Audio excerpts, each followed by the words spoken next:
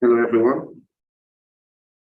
Thank you all for joining this first session of the Marine Biodiversity Networking Fridays webinar on low-cost technology practice for ocean observation. And currently we are 60 and a lot more people are joining. So I would just like to remind you all to post your comments in the chat section and use the Q&A only for questions. Thank you. All right, so I'll be moderating this session. And just as a background to this session, we know that science faces a lot of accessibility challenges. And so not every country in the world has the same opportunities in terms of resources. So there's a push to make access to technology more open to societies and countries, especially in the global south. So that's why low-cost technologies are quite a hot topic. And that can also explain the reason why we have a large number, over 200 registrants from over 50 countries today. So we're very pleased with that. And so as more people are joining, we will just ask you to continue posting on the chat where you come from and your affiliation. All right. So for this session today, I'll be moderating, and as a brief introduction to who I am Anthony Da from Cameroon originally, and I am the Early Career Ocean Professionals Coordinator for Africa. And the ECOP is a UN-endorsed ocean decade program that tries to help early career professionals to increase their capacity in terms of how to better deal with the ocean challenges which we are facing today. All right, so today we have three amazing presenters who would be giving us the work they've been doing on low-cost technologies. And the first would be Lucie Cocquempot. And Lucie is a researcher from the French Research Institute for Exploration of the Sea, IFREMER, in France. So Lucie is in charge of coordinating the observation networks within the French Research Institute for observation of the sea, for exploitation of the sea, and is a member of the executive boards of several national and European research infrastructures dedicated to the understanding of the oceans. She has recognized skills in leading cross-disciplinary groups, co-construction of observation strategies, and marine data.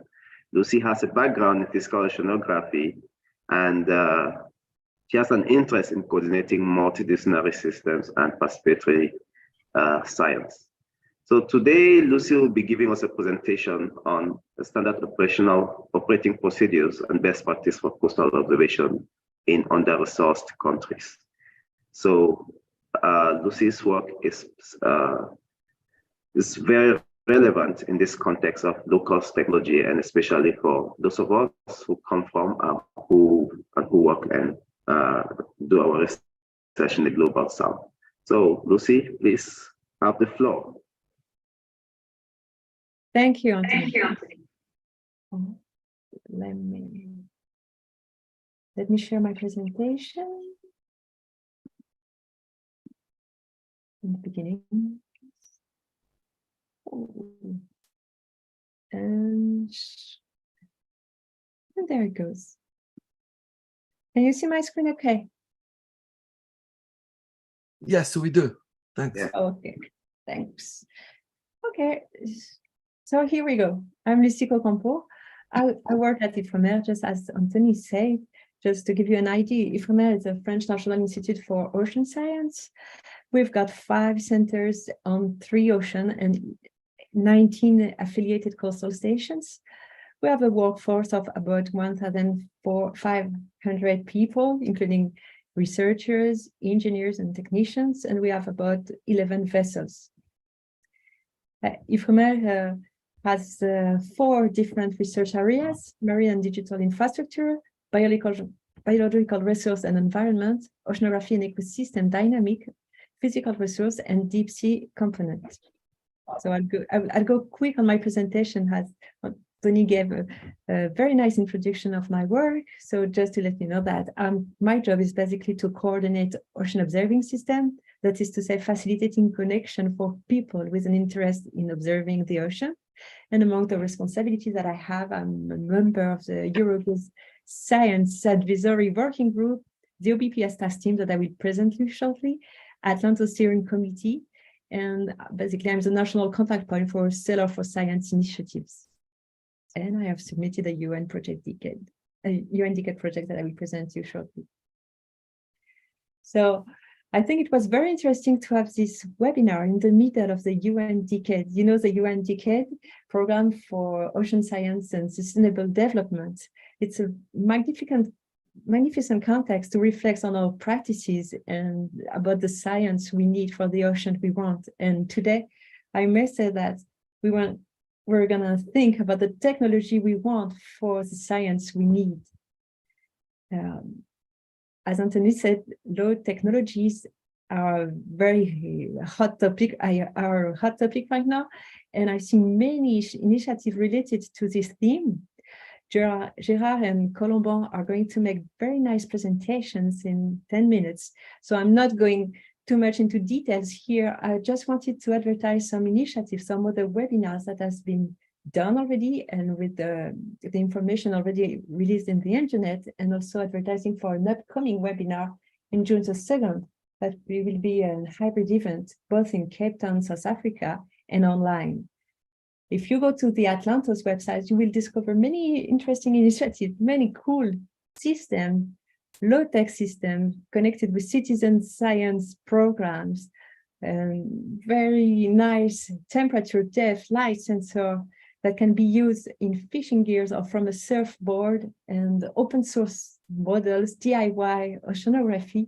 I would strongly recommend you to go and visit those past initiatives and maybe to register to the second one. And when you look at all those programs, what you see in common is those programs are always moving towards sobriety, efficiency, durability, maintainability, that is to say systems that can be easily maintained, accessibility, autonomy, empowerment, reliance, and simplification.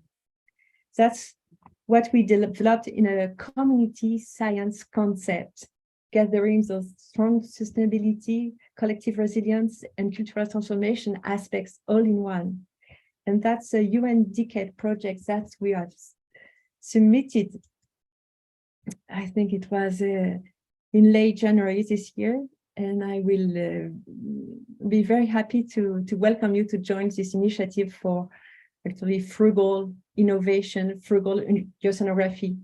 I think we're all interested here in doing better with less, and having this frugal innovation as an approach, using ingenuity to innovate in the simplest and the most efficient way possible, using the least amount of resources. So it's very interesting to go all of us today toward a frugal oceanography. These exchanges are very necessary, but in order to record more in a more perennial way all those elements, and in order to find some solution and to share best practices, I would like to introduce you with the Ocean Best Practice System. The Ocean Best Practice System has been created under the auspices of the International Oceanography Commission, and it supports end-to-end best practice value chain. They have this nice figure when you go from a social requirements, the scientific approach, data acquisition, data management services, product and services, to social benefits, and then it goes again. It has been created by the community for the community. And within OBPS, you can find a permanent repository where you can find all the information about the practices in your specific dedicated field, a journal in Frontiers in Marine Sciences, online and in-person training and capacity building, and community outreach and engagement communities. They also have this very nice Google style search bar where you can find all the initiatives that you want. You just, type few words and you have those filters option, and you can very easily find your way through all the documents. 1,700 documents are tagged here with a lot of terms and terminologies. And you may want to have some low-tech solution in OBPS, and that's what we are working on right now. Right now, we're having a task team dedicated to coastal observation in under-resourced countries. I'm co-chairing this task with Jetan Dotman and Tommy Borman from South Africa, ASEAN. And the scope of discussion is the coastal domain, meaning coastal ocean and seashore. The disciplines targeted are physics, chemistry, biology, biochemistry, sediment transfer. We're looking at any ocean essential variable, and we are focusing on type of measurements, including automated sensors, fixed and mobile platforms, if preferably cost-efficient, open source, and easy to deploy and maintain. The context of this initiative was that many countries and institutes face a fundamental problem of access to the equipment and expertise needed to properly observe and monitor the coastal ocean. And this problem were exacerbated by the lack of standard operating procedures and best practices, as well as the perception that high-end equipment and facilities are required. So our objective was to develop an ocean best practice manual on observation of the main physical, chemical parameters of the coastal ocean dedicated to the context of regions with few resources. The calendar of this initiative is basically this one. We started in January last year.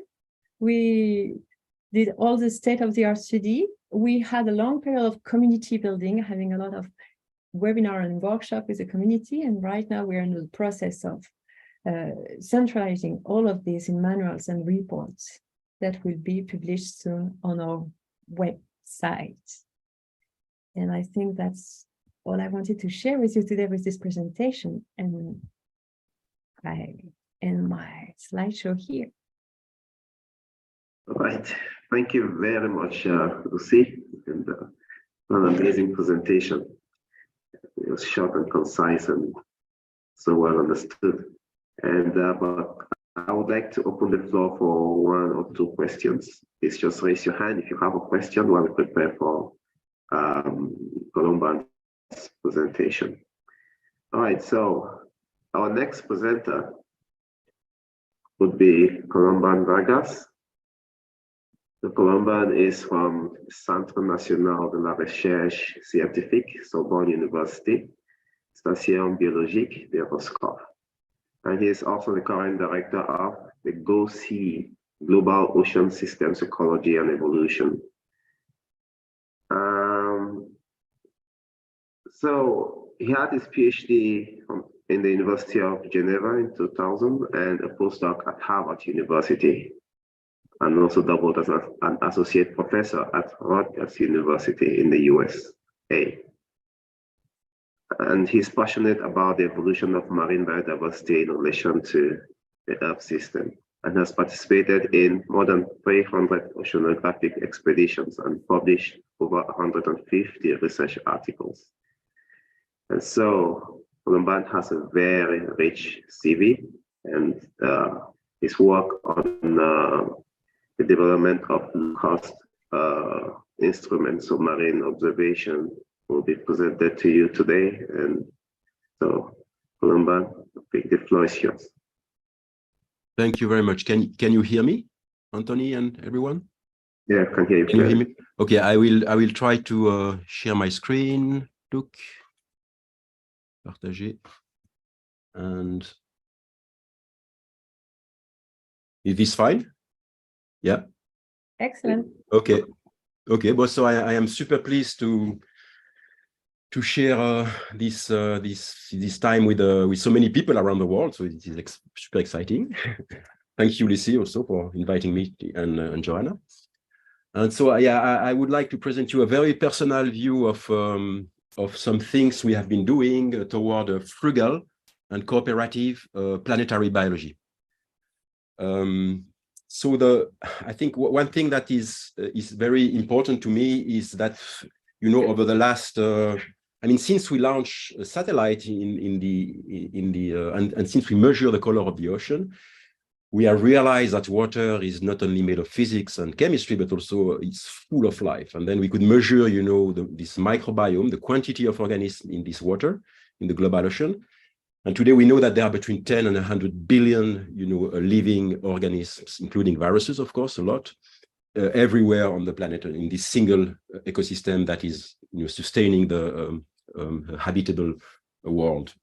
So I think so, and basically I think this term microbiome now is not only for the ocean, it's also for the human body, of course, but also for any ecosystems. Today we are discovering that, you know, more than 90% of the biodiversity is part of this, you know, invisible diversity. And really the classical ecology is made on the tip of the iceberg. And this microbiome, this global microbiome is really sustaining our planet and the biogeochemical cycles.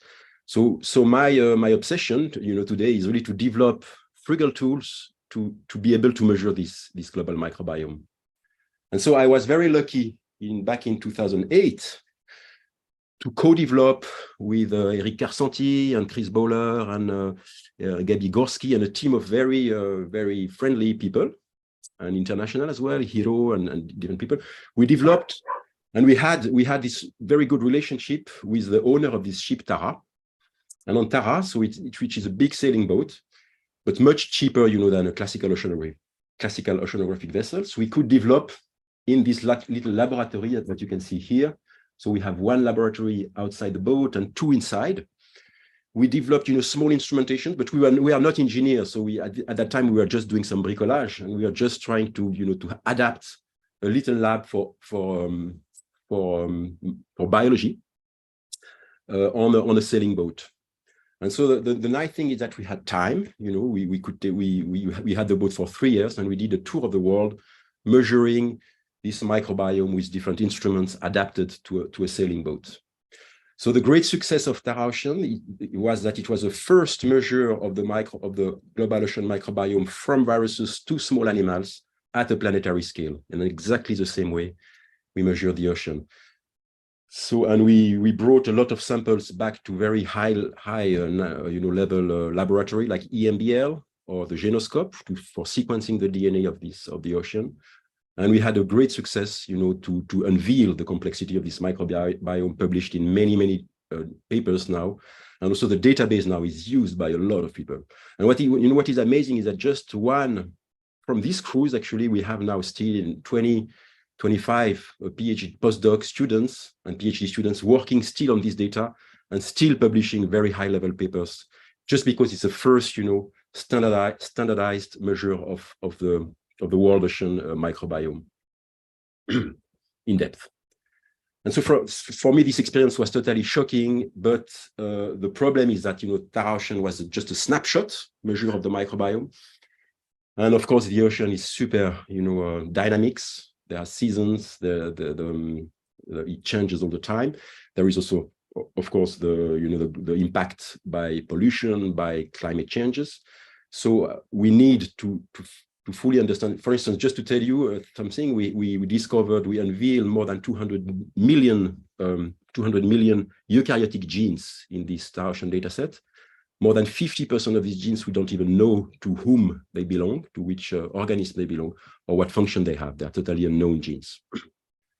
So we really need to have a much more global and to upscale this measure of life, of invisible life in the ocean. And the main bottleneck is clearly the price of the boat. You know, a classical oceanographic vessel costs more than 30,000, 40,000 bucks a day. And also the bulkiness and the difficulty of these big instruments to measure life. I think really the main challenge to me is not so much, I mean, I think we can relatively easily, you know, measure physics and chemistry with cheap instruments, with frugal instrumentations. But measuring life is really a big challenge.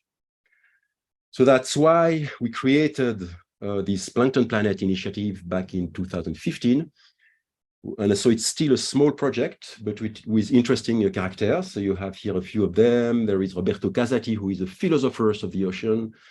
You have, but basically those are people from the Tara Ocean Network, plus newcomers, like Manu Prakash, who has a lab of frugal science in Stanford University.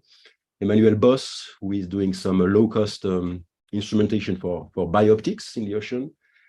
Fabien Lombard, who is a great microscopist, automated microscopy in Villefranche-sur-Mer, or Christophe Prazuc, who is a director of the Institut de l'Océan from Sorbonne University.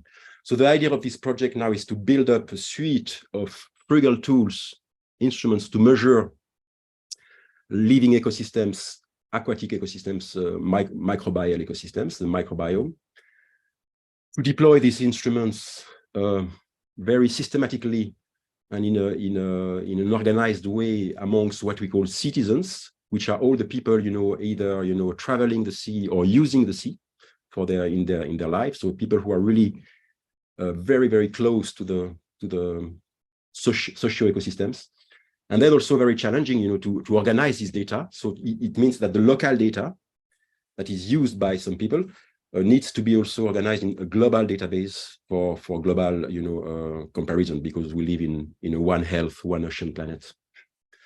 So so we have published last summer three papers that I will present you very quickly to introduce you these instruments, and then I will tell you where we are in this project. I can, of course, so these papers are open source, published, and I can send them to you later. So the first initiative was just we used a very simple system, manual systems, without electricity, without even any buffer, to just pump, plankton, microplankton from nets. And we were asking, this was to show that with a few sailing boats, we could have a planetary measure of the ocean microbiome diversity. So we asked the people to just pump the plankton on small filters to dry the plankton on their pan, in their boat, because on any sailing boat, you have a pan. And they were sending us letters, regular mail. So we got all these letters from the world. It was very fun, from what we call these planktonauts. And like that, we could, first we realized, how sailors, just seafarers, were super willing to participate. So now still today, we have regular mail of these people asking, okay, can we contribute? And well, we are preparing a new kit, so we have to tell them, okay, be patient, but there is a real will of these people. And there are about 5,000 sailing boats anytime in sailing the ocean. So with this data set, we sequenced, basically this is a very, drying is a very nice way to get DNA. You can extract DNA from these filters quite easily. And then we compared this data to what we had done in Tara Oceans, and we showed that the data is really good. There is no effect from the boat. Each boat, you can see here on this slide, so in white, we had the Tara Ocean cruise, and in yellow, we had this 1 year measurements of about 20 teams of planktonauts. We call them the planktonauts. And you can see the number of OTUs, so of genetic barcodes that correspond to new taxa that we didn't discover in Tara Oceans. So it's quite amazing, and when we went into zones that Tara Ocean didn't go, you had a lot of diversity that was unseen in Tara Oceans. So there is still a lot of diversity to unveil, and also we use this data to do some ecological analysis, and we showed you in this paper that it was a pretty good quality, as good as what we had done in Tara Oceans on one boat. Then with Thibaut, Paulina, and Sébastien Collin, we had this idea of, okay, the people can participate, but they should also see and discover the microbiome, because it's a beautiful world. So we developed this planktoscope, which is a flow-through camera systems. And you can see here a culture of Noctiluca going through the planktoscope. And at the end, you get a panel of a picture of cells. And this was the first prototype of the planktoscope, which was really a dream. It was making, you could use it for different functions. It was too complex, basically. And so later on, Thibaut went to the Prakash team in Stanford. And then we developed a much more, compact planktoscope. This took a lot of time by a team also led by Fabien Lombard. And now we have a really nice planktoscope machine which is almost there to produce standardized data. We are still working hard on it, but I think we are pretty much ready now to really deploy this tool. And just to give you some numbers, so this plantoscope is still, it's not very frugal. Huh? It's open source. It's hard to, I think it's quite hard to build by yourself, but well, it can be. And then if you buy it, it costs about, if you can buy it in pieces or in kit or in a full piece. So it's between 2,005 and 4,000 if you buy a single one. But you have to realize that the quality of the images that you can see on the background is better than the flow cam, for instance. And the flow cam is a commercial instrument that costs between more than 60,000 bucks, and it's quite big. And the plantoscope is a really nice tool that I think to get this a global measure of the microbial life. So we have this plantoscope, and then we develop different tools, also very simple, to concentrate plankton. This Coryphena is to concentrate plankton at high speed, and this diodon system is to also concentrate plankton from cargo boats. So very simple and useful for this exercise. And this is the last paper we published last summer, where we show that the use of the Coryphena and plantoscope while sailing on board Tara from France to Argentina, to Patagonia, produce the same quality of data than using classical flow cam and classical ways of collecting plankton. So we showed in this paper that because basically we can use these instruments for high level, good level, basin scale understanding of plankton communities. So today we have an assemblage of a suite of tools. So to concentrate plankton, to this lamprey is our new tool to concentrate biomass, plankton biomass for DNA and RNA analysis. We have the plantoscope to quantify images of microplankton. We have different little tools, thermosalinograph. This is a system to measure backscattering and different optical properties developed by Emmanuel Boss, which are also much cheaper than the regular systems. And we also have this little curiosity microscope, which is more tool for kids and anyone to discover plankton. So we have now a first group of instruments. And really the idea in the next years is first to distribute these tools along the European coast, because we are starting a new expedition called Trek, and you have the website here.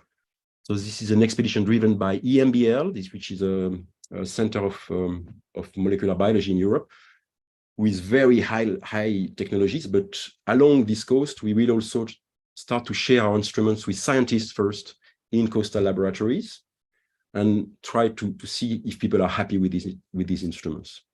And another program we have now, which is pretty cool, is that we were able to convince the French Navy to host some students from Sorbonne University in France, and they will go and to create a new job of biodiversity officer. So we'll have 10 biodiversity officers for 1 year, going onto the French Navy vessels to also, use this first plankton planet kit. And the nice things with France, is that we still have a lot of territories in the seas, and there are about in the Indian and Pacific Ocean, there is about 140 French islands, and these boats are going all around, these places. And so we can have a first, planetary measure of the microbiome using these frugal tools. What we keep in head beyond these programs that allow us to establish, the framework in a solid and long time frame is really to first solidify and complete this plankton planet. We can call it an aquascope. But then we need really to engage a world community of ocean researchers from coastal countries around the world. And I think it would be quite easy, to have a couple of representatives, plankton planet representatives from all the coastal countries to use these instruments in an organized and standardized way. Really, the difficulty, I think, is to get standard measures, and it can become very powerful when you can compare a measure, from a country in Africa and India, and this can become super, super nice and powerful.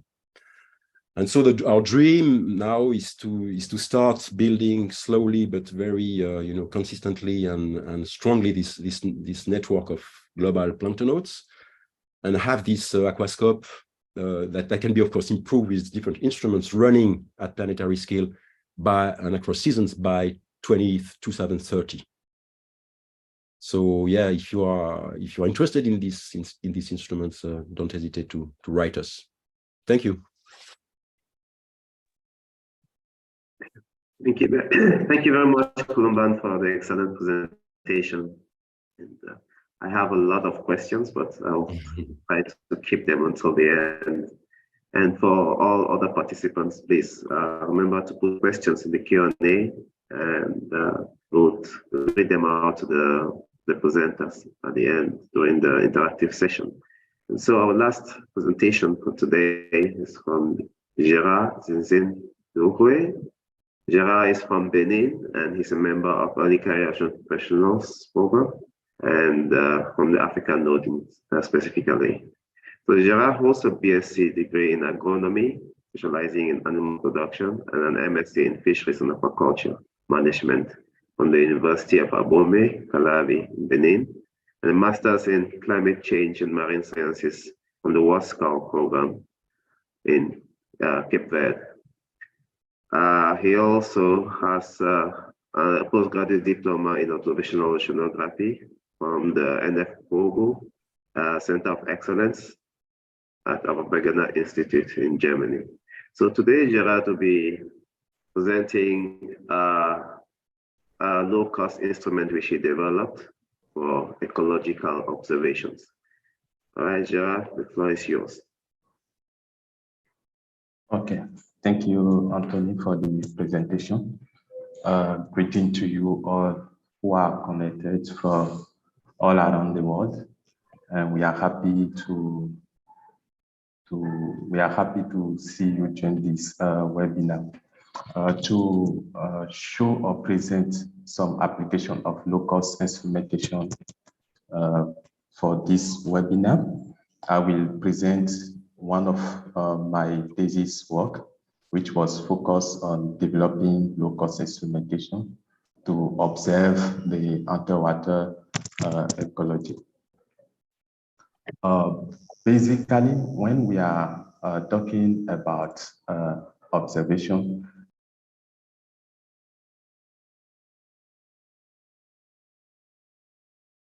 Sorry, Gérard, you're muted.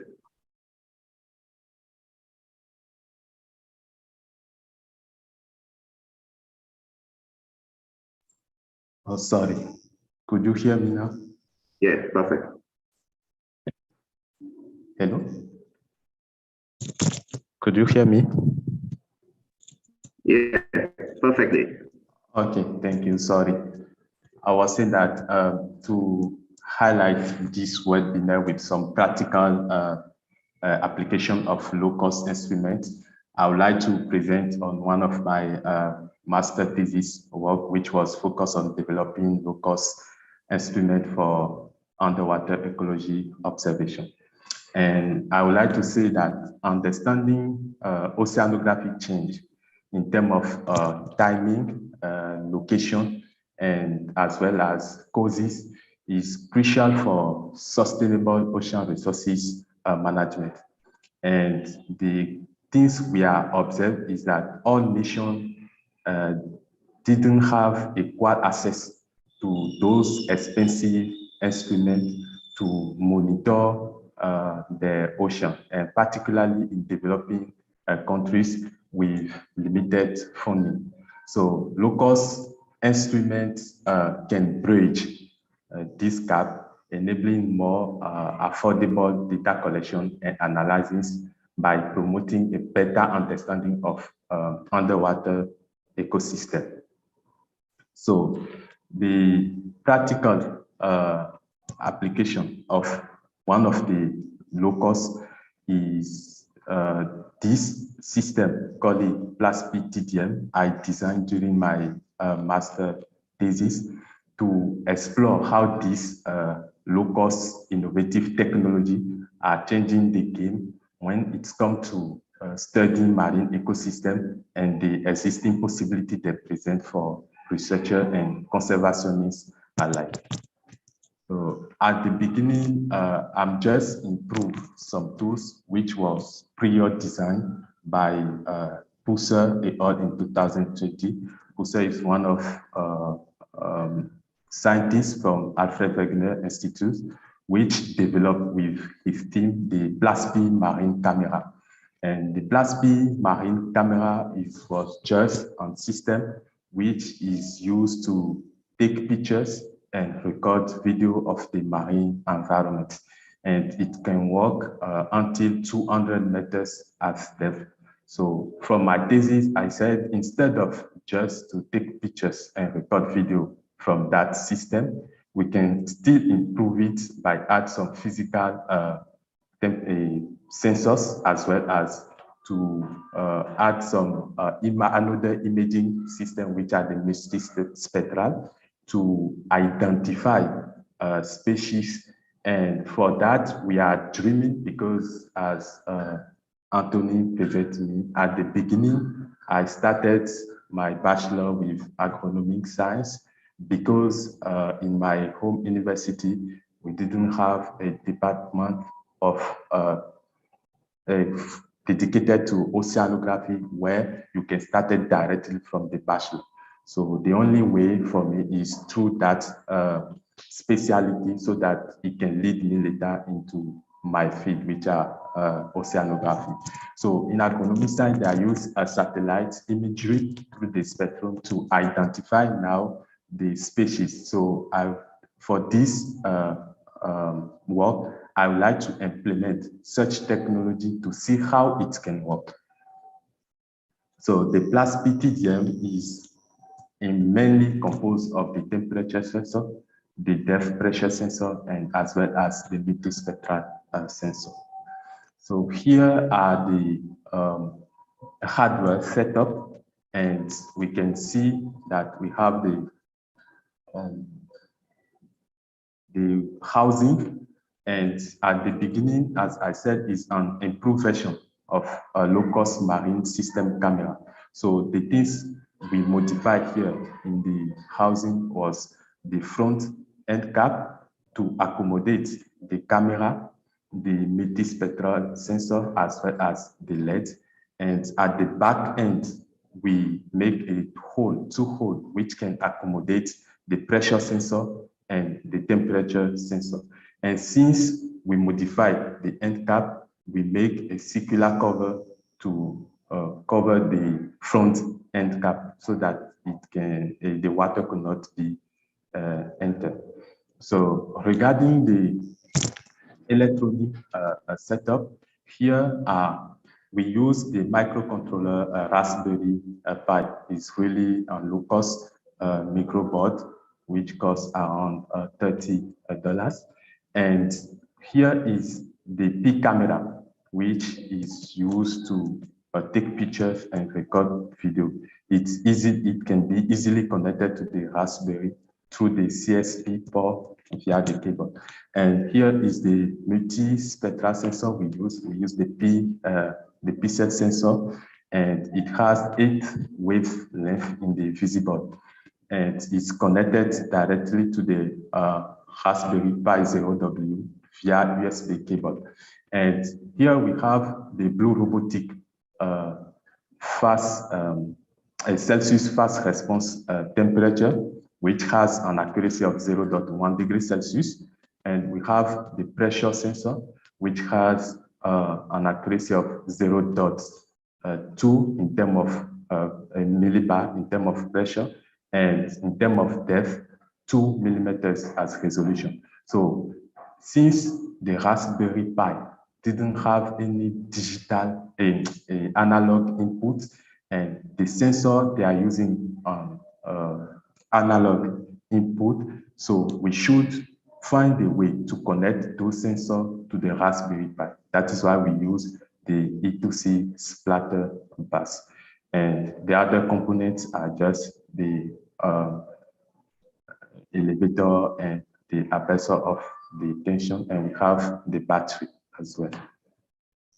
So in order to communicate with the system, it has been designed on website, which allow the user to connect it directly to the system via Wi-Fi. And through this website, the user can define the time at which he would like to record the data and the frequency of the recording, as well as the type of the data he would like to record. So one can decide to record all the data from the sensor or just one data to save the battery life. So for the test, we deploy the devices around 4 locations as shown on the map in Mendelo, is situated in Cabo Verde. So coming from the results, here are some of the results to show that when we record the temperature, it can be used to characterize the marine environment in terms of the change. As I said earlier, the device can work until 200 meters. So here we deploy the devices by diving to collect this data. And as can show, is well suitable. And we have at that day an average temperature of 21 degrees Celsius. It was in the month of August 2021. So regarding the spectral analysis, we use the spectrum value, the background correction, and spectrum noise to plot this. And here is one example of turtle in that area where the species is near the surface and exhibit a higher reflectance radiance value in the 3 peaks where we circle. And those peaks are used to discriminate wavelength. And I should highlight that despite the need for further validation, this approach can be combined with DNA-based technique in the future for more precise species identification, especially for cryptic species. As I said also at the beginning, we are just dreaming to see how things can work. And that is the fact about low-cost instruments. So regarding the camera, here is one of the video we record from the camera. Is easy, can be seen that we have a clear background image, as well as it can be to identify species. And here are some of the pictures took from one of the deployments. We have several images, and I just decided to present those images here. Another application of the use of these devices is you can use the image collected to annotate any object situated in those images through the recognition and the detection. And one of the famous web tools, online platform, which can be used is the Beagle. And this can benefit to the ecologists and biologists because it helps to determine the abundance and diversity of species. So in terms of the cost of the material, we are talking about low cost, but if you would like to have the full package of the material, it will cost 1,211. One can ask, with this amount, it will not be any more low cost, but I would like to highlight it's because of the pixel sensor, which are really costly. And we would like for this work to test or implement or experiment something new. That's why we add that sensor to the devices. Otherwise, if one would like to have the camera as well as the physical parameter sensor, it will just cost 411 euros. So as conclusion, here is some framework which the use of the devices can be done. And the various field deployment demonstrate the operational ability of the PLASP TTM for different applications and illustrates its considerable support to marine surveillance through in situ observation. And intended to be an open source project, the continued development of the plastic TTM is encouraged for a more integrated, sustainable, and low-cost ocean observation system. And to finish my presentation, I would like to highlight during my postgraduate study from the NF Pogo in Germany, I also have the opportunity to work with the code drifter, which communicate through a LoRaWAN system. And this low-cost drifter is part of the Open Mode project, which is implemented by the National Institute of Oceanography and Applied Geophysics in Italy, and the POGO, and as well as the Alfred Wegener Institute, the IMA in Cabo Verde, and the CMCC.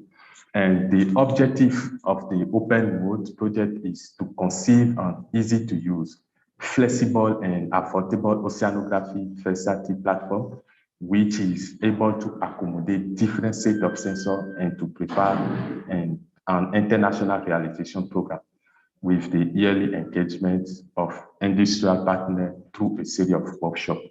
And this low-cost code drifter can measure the surface temperature, the current, the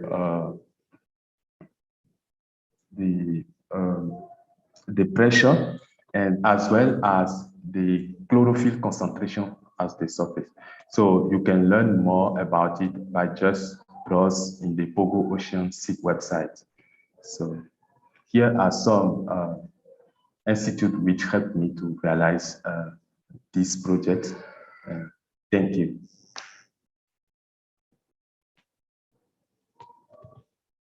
Yeah, thank you very much, Gérard. Thank you for the excellent presentation. And we're very proud that one of our ECOPs in Africa has also been able to develop a low-cost instrument. And we hope for collaboration between Gérard and Sophie and Colomban, that we can better work to observe our oceans. And I'll just open the floor for questions.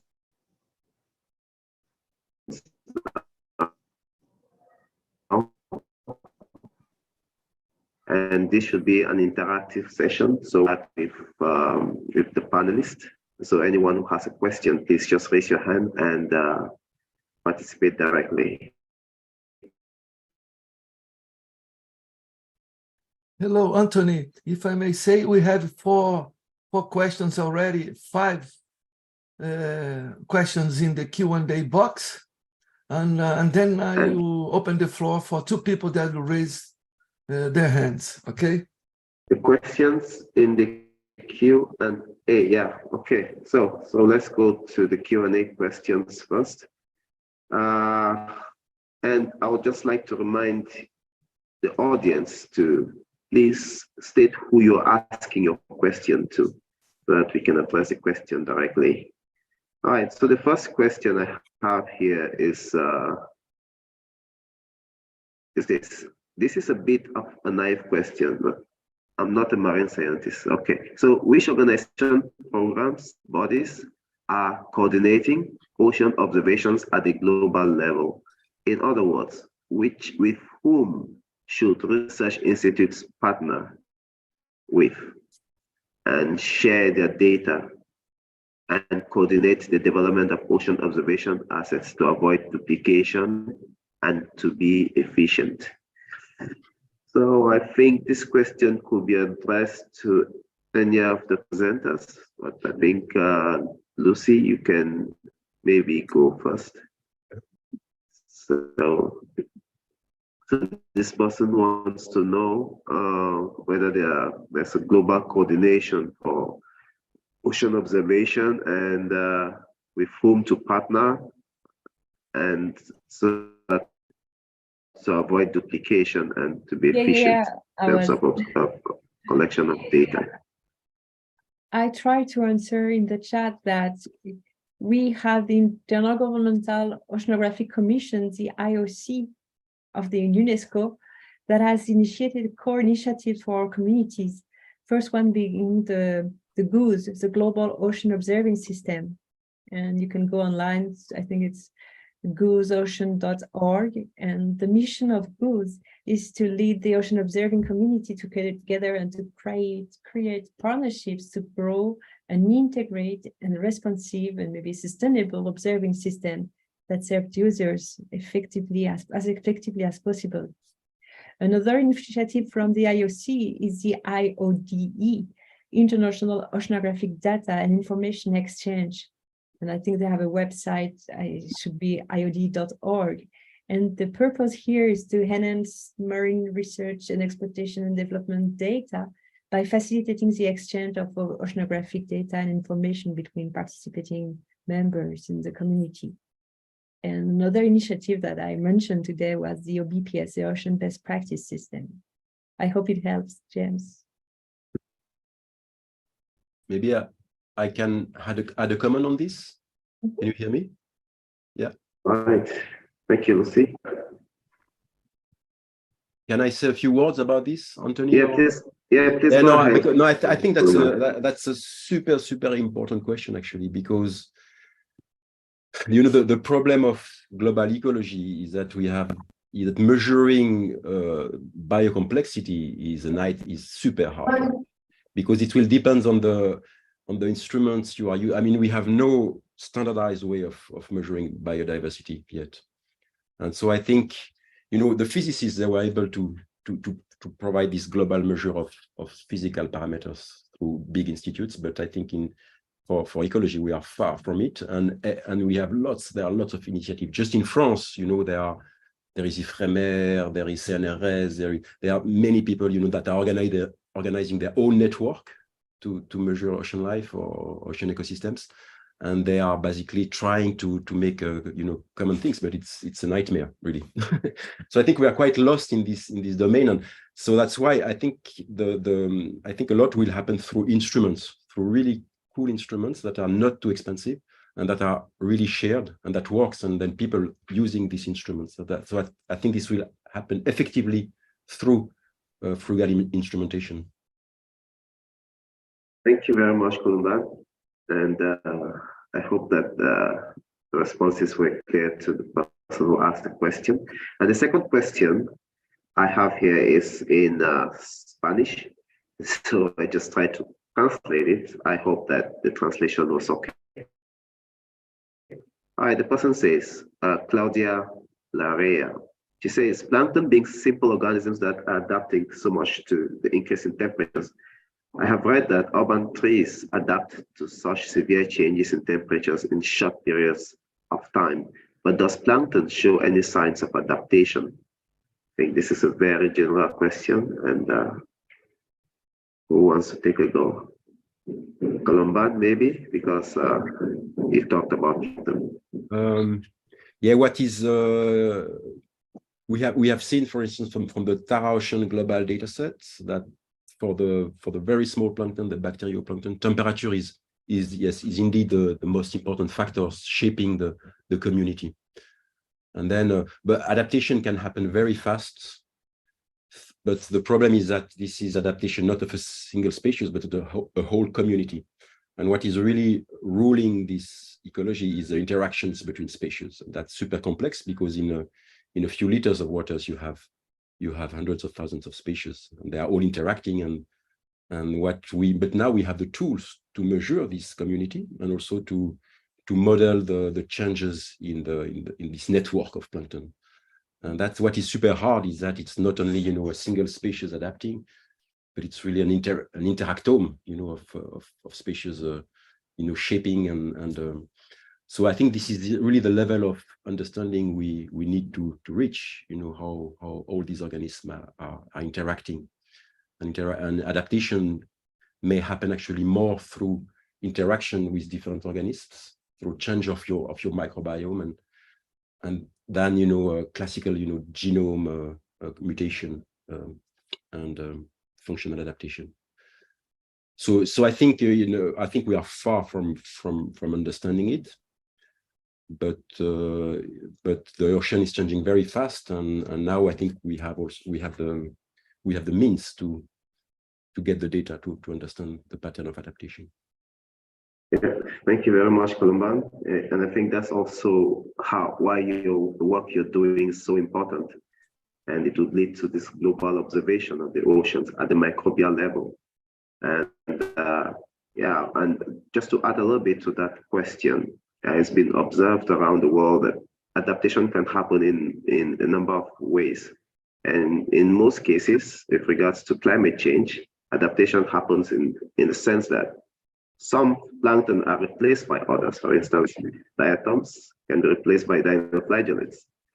And so it's a very complex system, and it's not the same everywhere. So that's why we need these global observation systems, and for every country to have access to this system so that different water bodies, oceanographic water bodies, can be monitored. And so the next question is from James Lord. This is a bit of, I think it's a repeat of the, okay, yeah, it's a repeat of this question.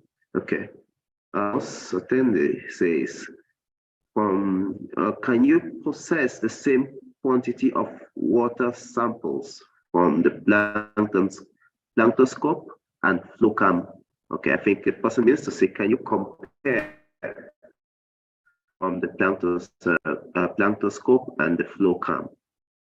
Yeah, so for these instruments, they start to see plankton at about 20 microns up to 200 microns. So this is really for the what we call the microplankton. And so for these size fractions, you need first to concentrate plankton, sorry, we're using net systems. So you can either do this on board the boat or on the shore, or in what we call deck net, or directly into the water. And from this concentrate, then you put the right concentration in the instruments. But so this comparison between the planktoscope and the flow cam, we did it in the one of these paper I told you about. So we did exactly this comparison actually. But so the answer is yes, you can put the same concentration. And I will put the link to the paper in the chat.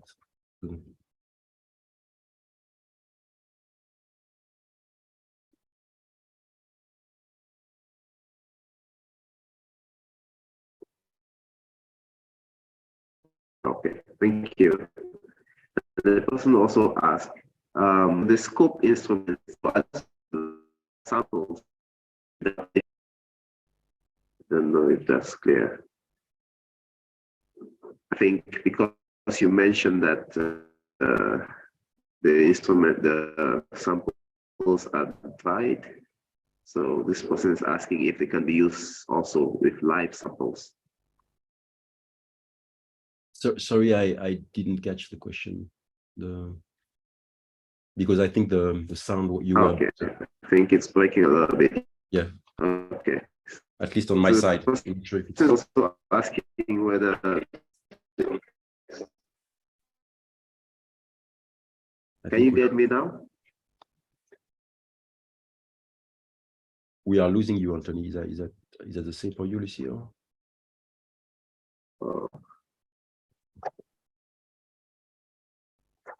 Can you get me now? Yeah, it's better. Okay. So can the instrument also be used to measure live samples? Oh yeah. So the planktoscope is really to measure really super fresh plankton. So that's the big advantage of it, is that it's once you have the instrument, you can measure fresh plankton. You can recover the plankton that you have quantified, automatically imaged. So you can recover the plankton, for instance, for downstream analysis, or eventually to put it in culture or to do some genetic analysis. So it's really used with marine water on totally live, untouched plankton. Okay, thank you. And the data is free then, right? Because then you can just you can do your analysis immediately after the measure. Yeah. Okay, another question for Colomban. This person says Hassan Mustafid says, I can see that you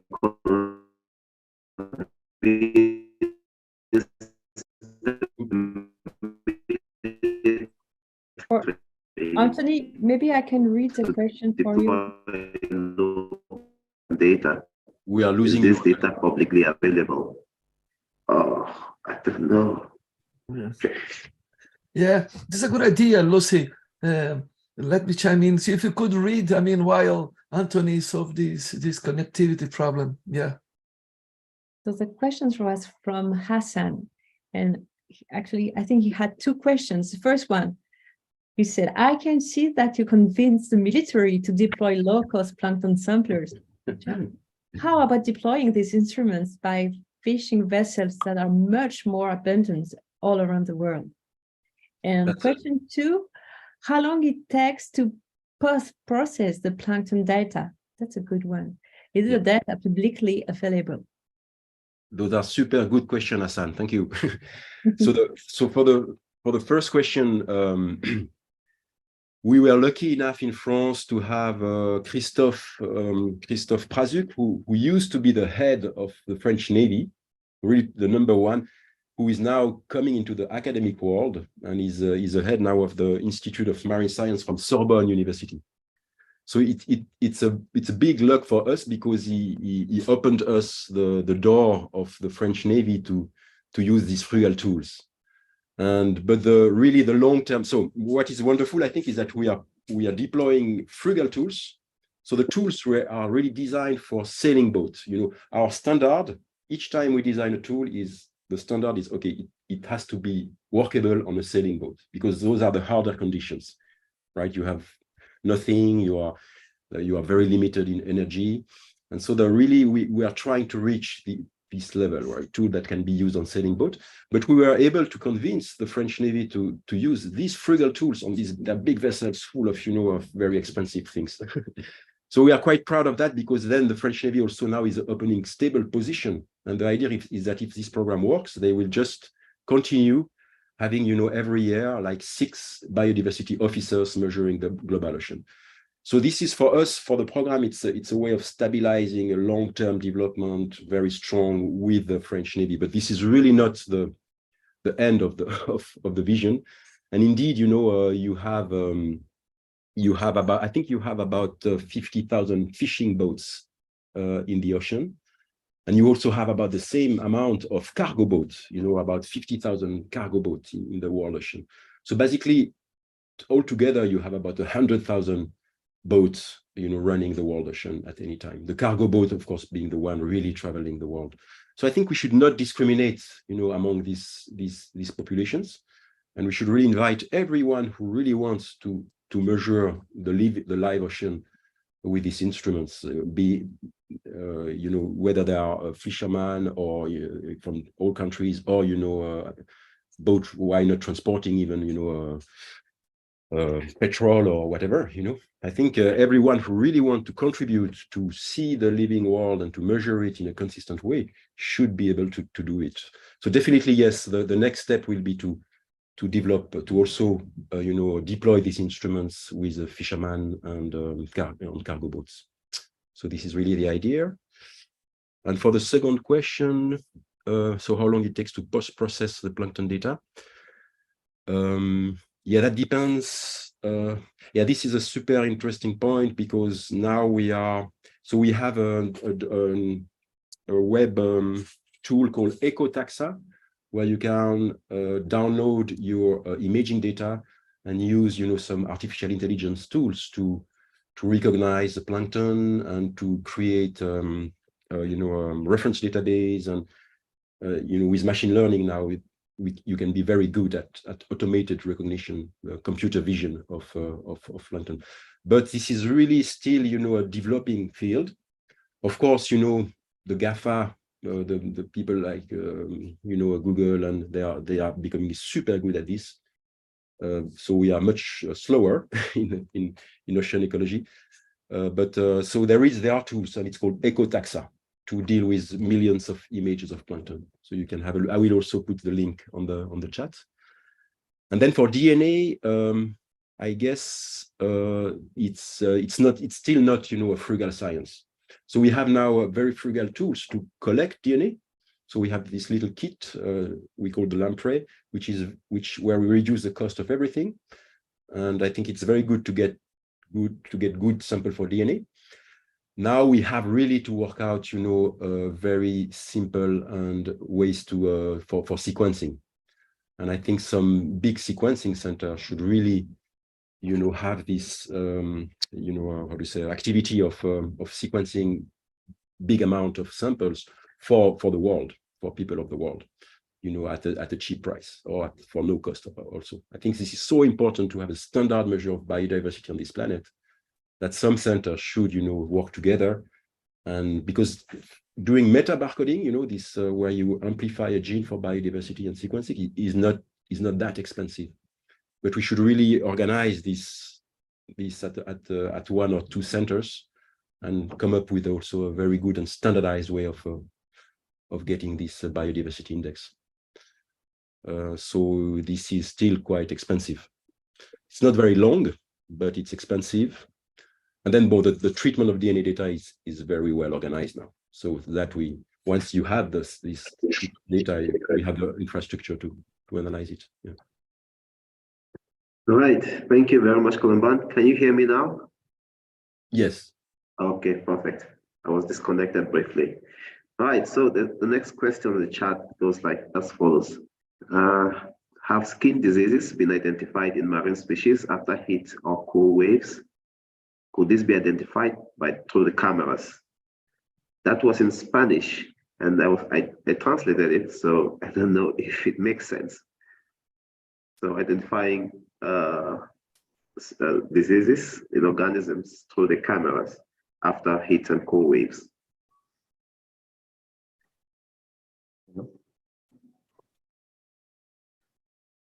Okay. So Anton, yeah. could you please repeat the question? Yeah, this person is asking whether skin diseases can be identified in marine species. Like, I think the question goes in the direction of the resolution of the cameras. So whether they can identify diseases in organisms, let's say, for example, fish, after some event such as a cold or hot heat wave in the ocean. Yes, I can say that we can identify diseases from the camera. If the species is nearby the camera, it can be easily identified. And the big camera has a resolution of 8 megapixels. So we try is much better, but it's still work to do since we have a better camera resolution on the market. So here are some of the improvements which must be done in the futures. But yes, we can identify diseases from the fish if this fish is nearby the camera, not too far away from the system. All right, thank you very much, Gérard. And Neil van Niekerk says, Gérard, excellent initiative, thanks for sharing. And he has a number of questions. The first is the design plan for the PLAST-P open source? 2, is the data offload manual or automated? And is the data geolocated? Okay, thank you, Niels, for your question. I can say that yes, the design plan of the PLAST-P is open source as well as all the code line. And the PLAST-P TTL we designed is currently under review in the Hardware S journal. But the first PLAST-P marine camera, which is only designed with the camera, is already published, where I can share the link to download the file as well as all the design plan. So as at its predecessor, the PLAST-P TTL are also open source, and as soon we get published, you can access to all the data freely. The second question is if the data can be uploaded manually or automatic. The data is loaded manually because and I will take the opportunity to answer also the third question, which was if the data can be geolocated. The system is working underwater, and we know that to have access to the network underwater is impossible unless you use a network cable like an IV or ROV. So since here the system didn't have any GPS to be located, and how it's work. When at the surface you make the setting and set up everything, how the data will be collected, the P is disconnects himself from the network and started to work automatically. So the end time you define during the setting, when it reached that time, it stopped to work. And then when you retrieve from the marine environment, you turn on again and use FileZilla to connect it to the system and collect the data from the system. So it's not automatically, or the data is not uploaded automatically on some website. You collect the data manually. Thank you. Okay, thank you, Gérard. And the next question is still for Gérard. How long does the battery of your camera last? The lasting of the battery depends on the amount of the data you are collecting, because the system is running 4 main sensor, if I can say that. And if you make your setting to collect all the data, for sure it will not last for long.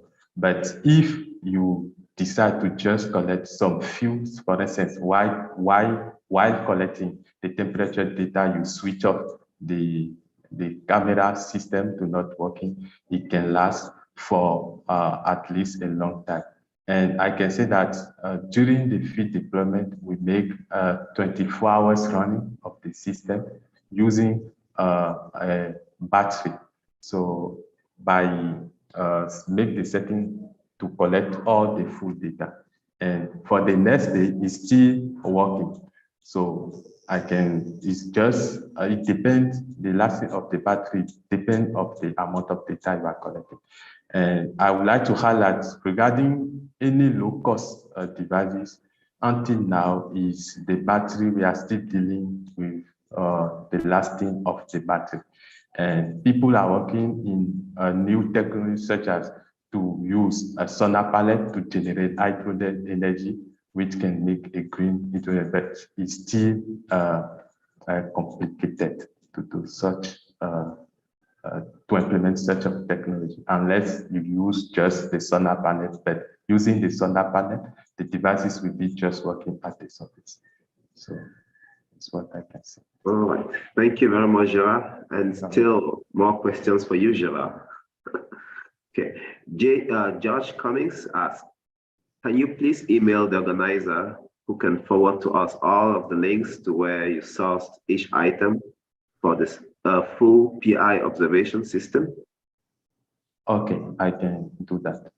Okay, perfect. All right, the next question from Iron Black for Gérard. Both the P and Planktoscope run on Raspberry PIs. Has there been consideration for deploying object detection or image classification models locally and in real time, such as those available through TensorFlow Lite? Excellent question to you, Gérard. Okay, thank you, Jan, for your question. So far, I can say that in terms of make the detection in the real life, in real time, the P first is not connected to the network. So that could not be possible. But at least you can apply such tool when you retrieve the pictures or the video from the system and apply any further analysis you would like to do. All right. Thank you, Gérard. And the next presentation from Pauline Wangi. Pauline asks, with the climate change, do you have models to predict the future changes or behaviors of plankton, like migration? I think this goes to Colomban.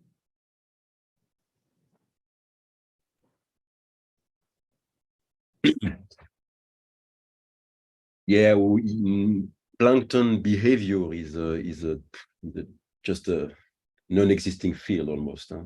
I mean, there was at some point in oceanography, there was a lot of observation of migration, and it's super important because, you know, the biggest move of carbon, of live carbon on the planet is from this migration of zooplankton that goes every day. You have all the zooplankton, a lot of zooplankton going down to 800 or several hundred meters. And then also there's often they release their feces at this depth, and then they go up. So this is a huge pool of carbon going. This is really the move, the biggest probably importance for the carbon flow to deeper ocean. But then you have also all the behavior of the smaller organisms that make up most of the biodiversity. And for this, we have just no data. So I think there is one very important development actually made by the team of Manu Prakash in Stanford University. That is part also of Plankton Planet. And Manu developed a microscope. It's a wheel microscope where you can follow with a tracking system. You can follow the move of very small plankton, because the wheel move once the organism is going up. The wheel move, and then you have the microscope tracking the organisms. And he's doing an amazing observation of behavior of very tiny plankton with this system, which is called the gravity scope. And so I think this is opening a new field in plankton research. And now, eventually, we should indeed know about the behavior of plankton under climate change pressure. But this is really a baby field, I would say.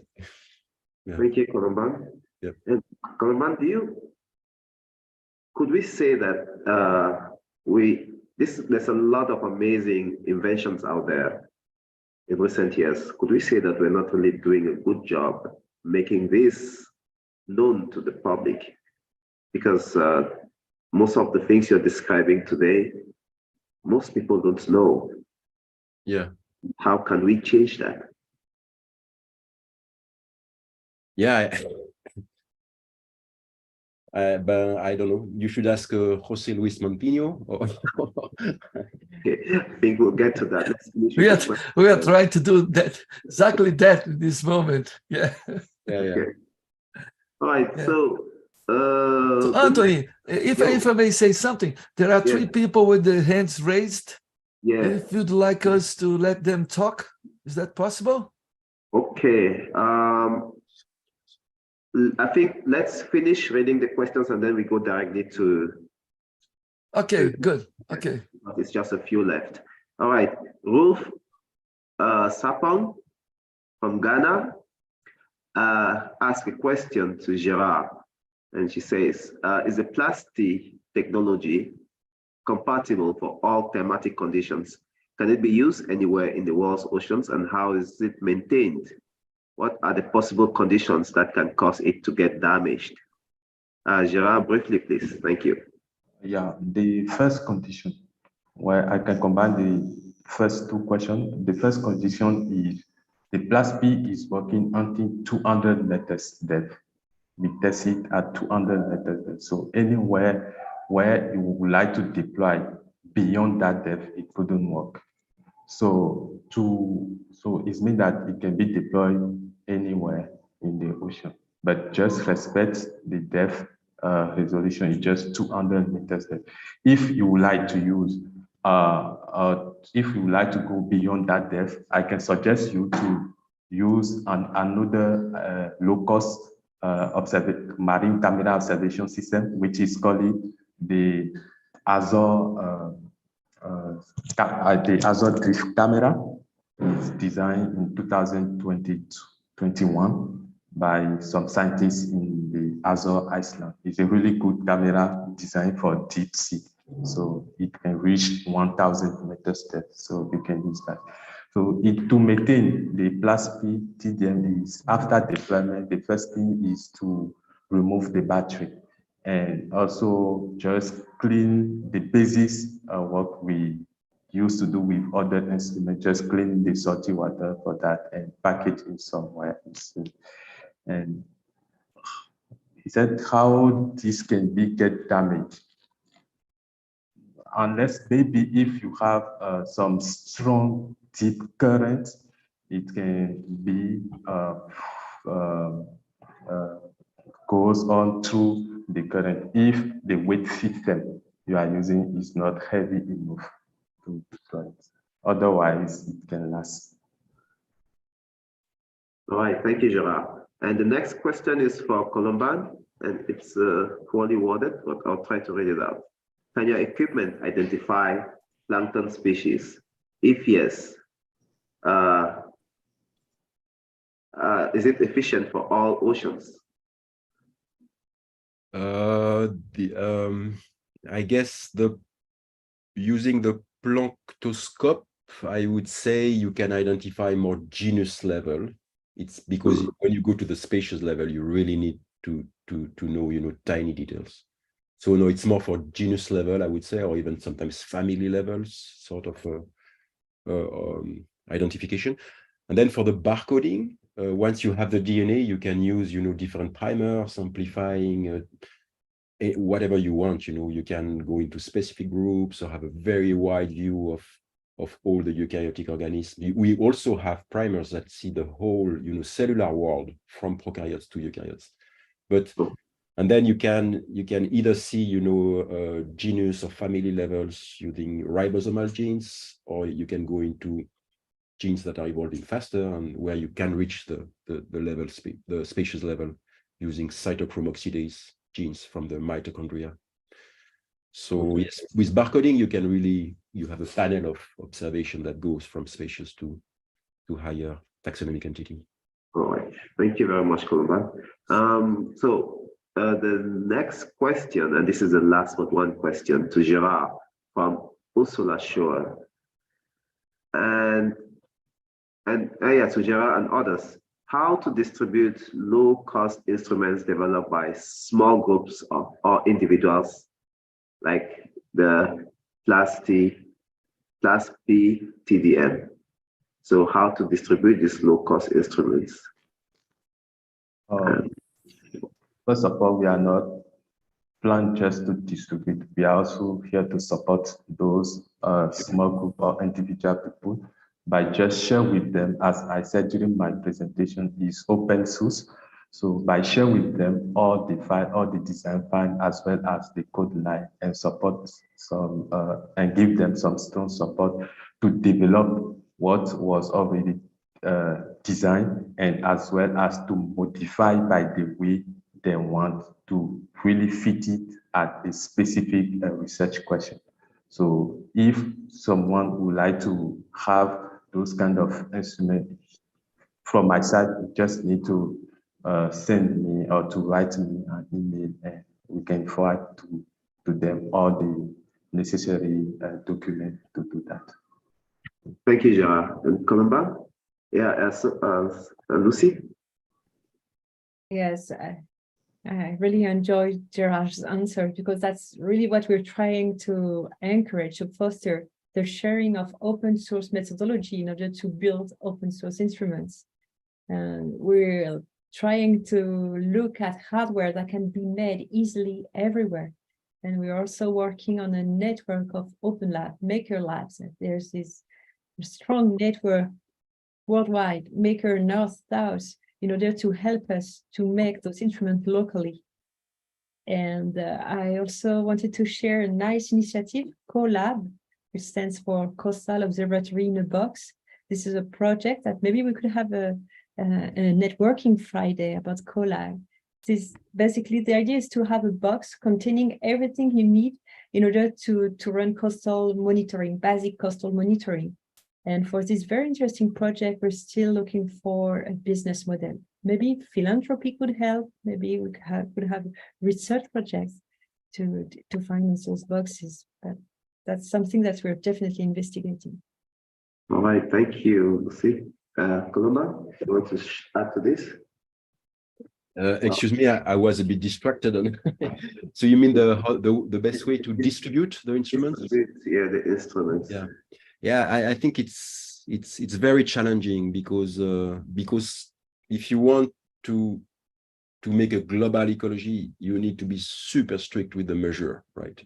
So you need to have standard against which you have to compare your data, and I think that's the most tricky problem actually, because you can let people develop their instruments, but they will be always a bit different. So it can, of course, it can be very helpful locally to have a standardized measure locally. But if you want this local measure to also be global, this becomes really an interesting and an important question. And then I think you have to really organize things, to organize workshop, to train the people to use the instruments, to have very rigorous protocols, and to centralize a bit the information getting out of this. So it cannot be totally, free, open bar.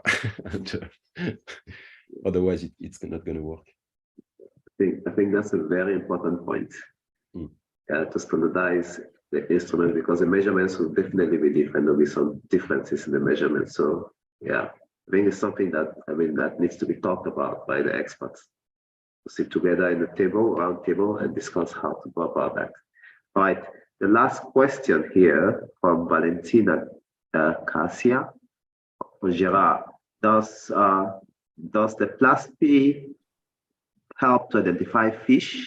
How does this work? And is it fixed, or you have to tow by boat? I think, Gérard, you can spend a whole day answering this question. So just summarize, and then maybe Valentina can maybe contact you by email for further details. Okay.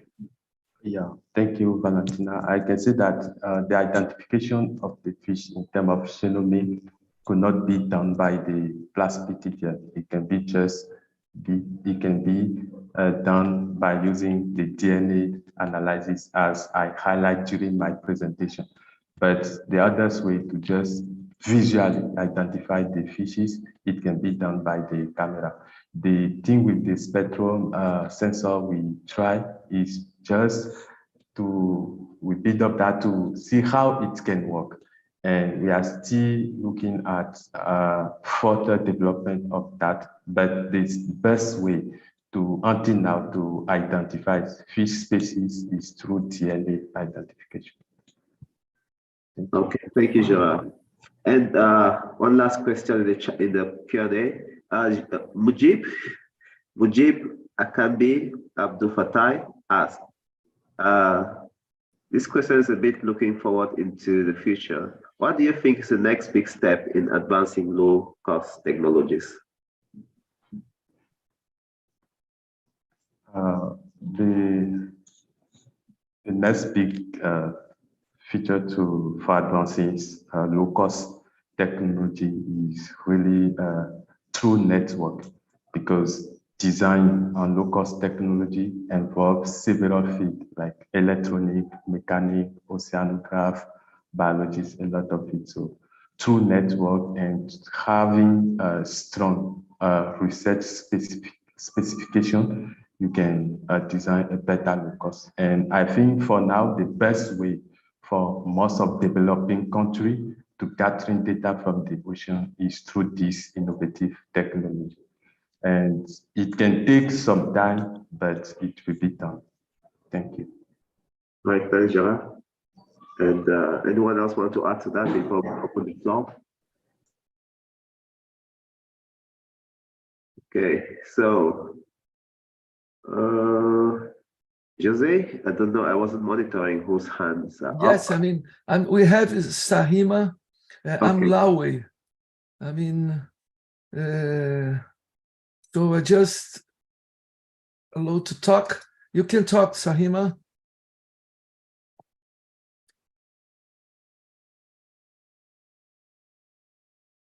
All right, please go ahead, unmute yourself and ask your question. Saima.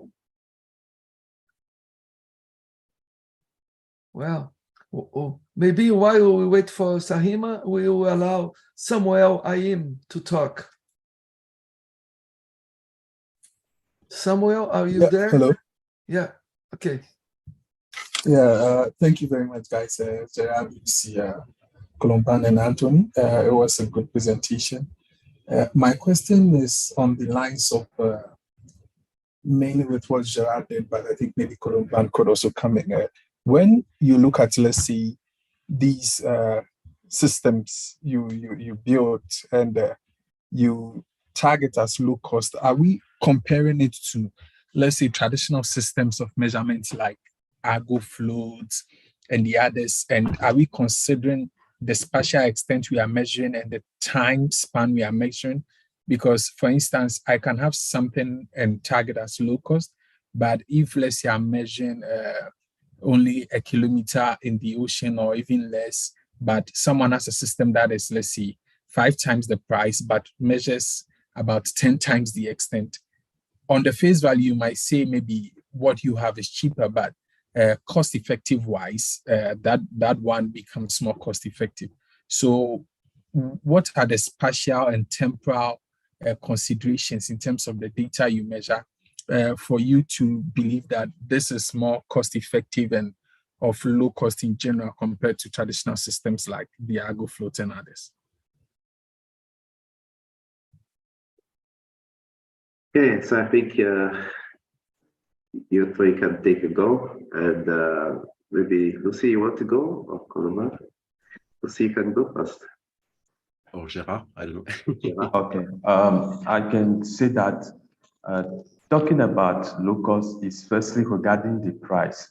And regarding the price, we know that using subsystem like a CTD or the Argo float, it has a higher price than the low cost system we are designing.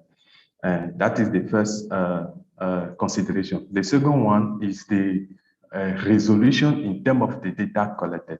When you use, or you can agree with me, when you use a higher cost instrument like Argo float, you have a really good accuracy in terms of the resolution. But using the low cost, you will have a closest accuracy in terms of the resolution, but the pattern they are observed will be the same.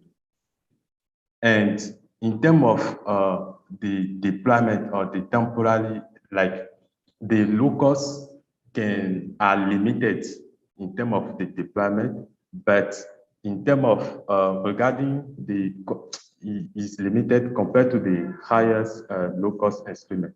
But nowadays, people are advanced are improve the designing of the system to go more deep, as it can be competitive as the highest price.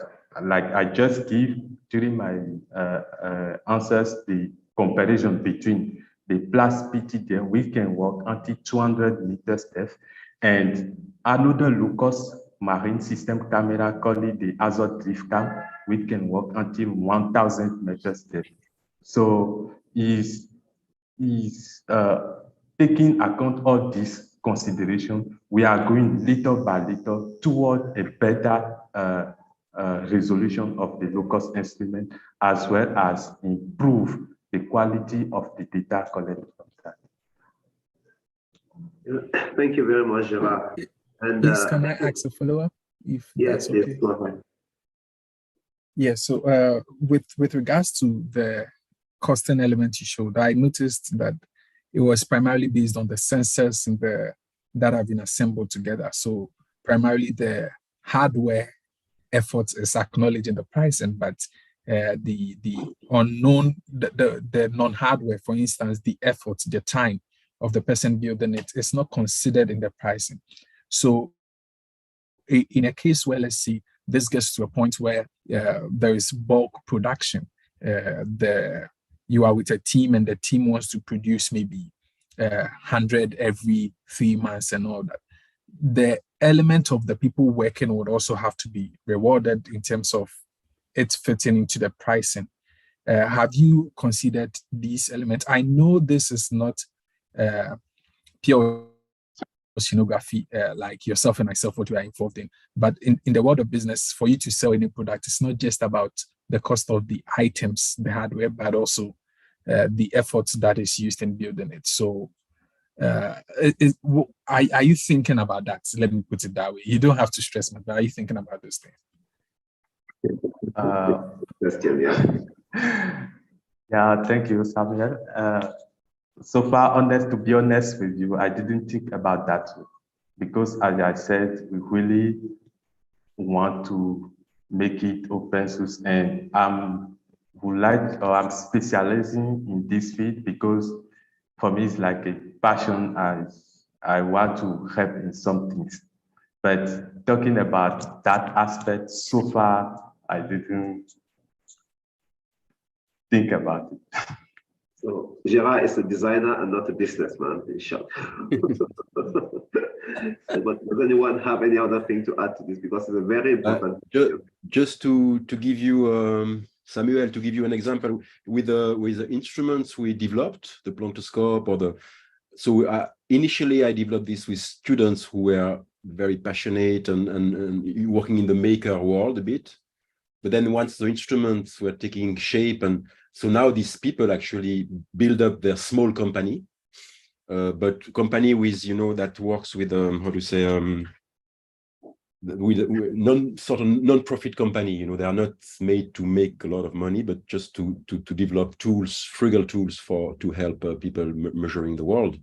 And but the company has to have a business plan and to make money to pay a group of people also working on these instruments. But yes, at some point, I think it has to be done through some private company, non-profit compagnie à mission, we say in French, mission company. Thank you very much, Colomban. Lucie, you wanted to add something? Well, just would like to emphasize that Samuel's questions was really good. Sometimes we say low cost, but it's because we're not including our manpower, and that's really something that we should focus on in order to have sustainable technologies. And transferring the technology to a small company locally is always a good option. And thanks Colomban for raising that up. And regarding the question about the accuracy, I would say that the right technology to use is the one that meets the needs, whether it's operational oceanography or scientific research.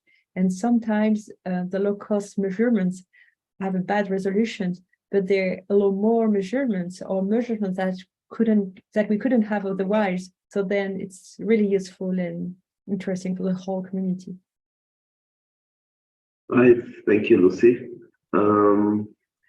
So Fahima, if you're around, can you ask a question, please? If Fahima is still not around, I think we'll go to Hassan. Hassan, please go ahead.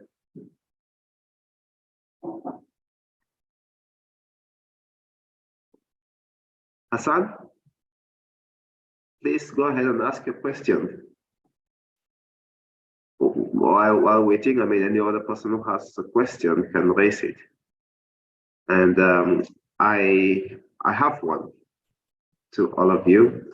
And do you think the interest that is raised on this subject, is it largely because of the technology or because of the low cost? Is it because the cost is low, or is it because of the technology is becoming accessible to everyone? Because if it's just because of the cost, then anyone can just develop anything which probably would not be up to standard. And in that case, is there any organization that looks into these instruments to make sure that they meet certain standards? So I would just say that firstly, from my point of view, it's not depend on the both two things you just said, but firstly, it depends on the need of collecting real in situ data. Because looking at developing country, we don't have real in situ data, and we always need to download from satellite. And all of us know how satellite data is in terms of resolution, and sometimes it's not reflect what is observing through in situ data in the ocean. That is the first consideration, talking about why people are now interested in locals. And second one is the things you just highlight, is because of the technology and then the low cost. Here, engineers are developing now new tools, small new tools, cheaper, which can be very competitive with a costly tool involved in the design of a higher cost oceanography instrument. So those who have, even you don't have a really strong background in engineering and just through online, and you go to project or how to do this, we have a lot of community surrounding this tool developed, which can help you to build your own instrument. And in terms of the cost, yes, using those small pieces of tools and you design your instrument, you will, as I said, you will realize that after deployment or after collecting the data, you are observing the same pattern with the data collected with a higher instrument. Just the difference is still in terms of resolution, and nothing is changed. That is why people are more involved in those kind of innovative technologies. And you can imagine, like, if you deploy a hub of drifter in our coastal area, you can imagine the amount of data you can collect it to this hub of the drifter. And design a good drifter now, if you don't want to really advance that kind of technology with let's say between 250 and 400 euro, you have a good one drifter, which you can get a lot of data from it. And it can show up the pattern which are involved, or the dynamic in terms of oceanography parameters which are involved in your coastal area. So it's really. Thank you, Gérard. And Jose, I guess Hassam is available right now. Hassam? Okay. Hassam, are you there? There is a problem with the microphone. Yeah, probably a problem with the mic, yeah. You're slightly above time, and so I don't know if, I think for a session like this, I think we need more than an hour and a half. So we will have to find a way to end somewhere. So I'll ask Jose what you think about that. Oh yes, maybe. I mean, maybe we could do a kind of a round around the table to some final comments and conclusions, and then you can close. Is that okay? Yeah, that's cool. But I have one suggestion to Colomban and Lucie. And Colomban raised a very good topic on creating or establishing companies by young people. So this goes in the direction of the blue economy.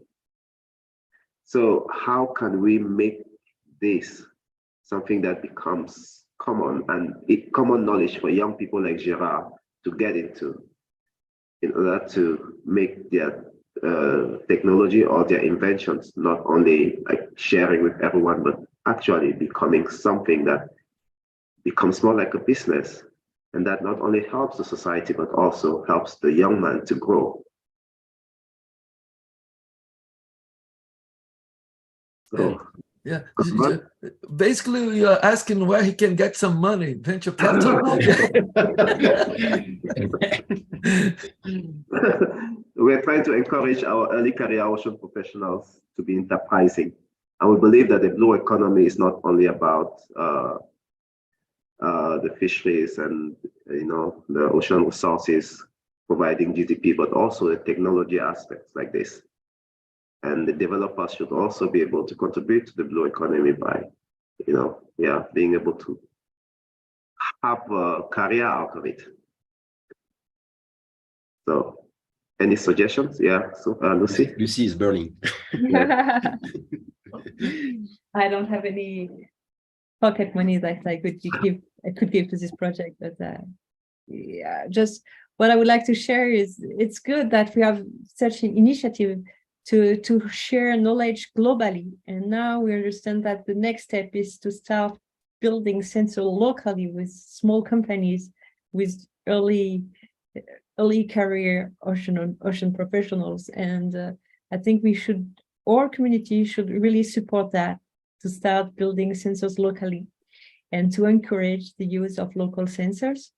What we need to do, us as a community, to support that is to build the whole process, because building the sensor is one for things.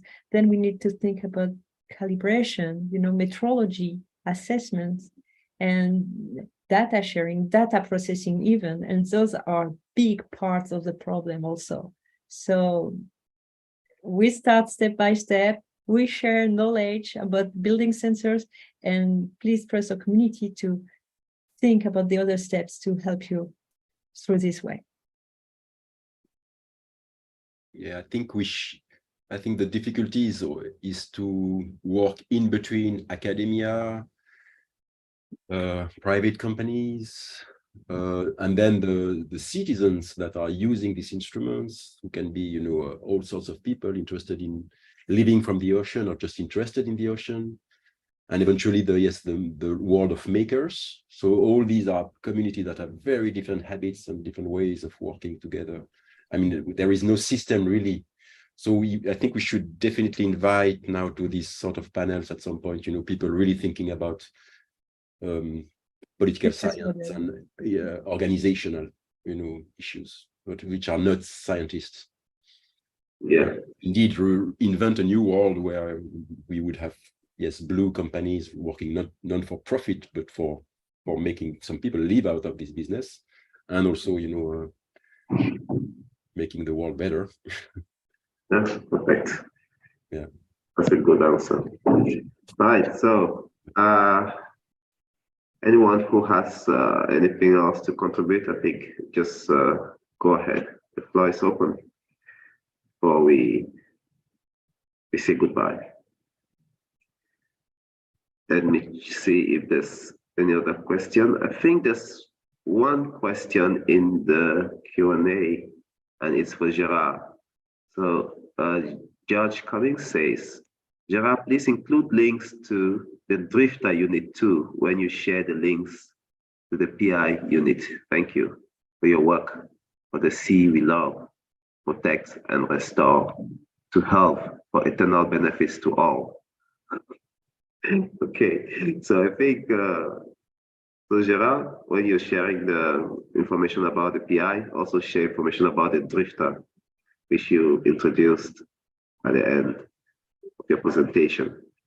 And so I think with this, if nobody else has something to say, we can say goodbye, and thank you all for being here. Thank you, Colomban, Lucie, and Gérard, for the excellent presentations.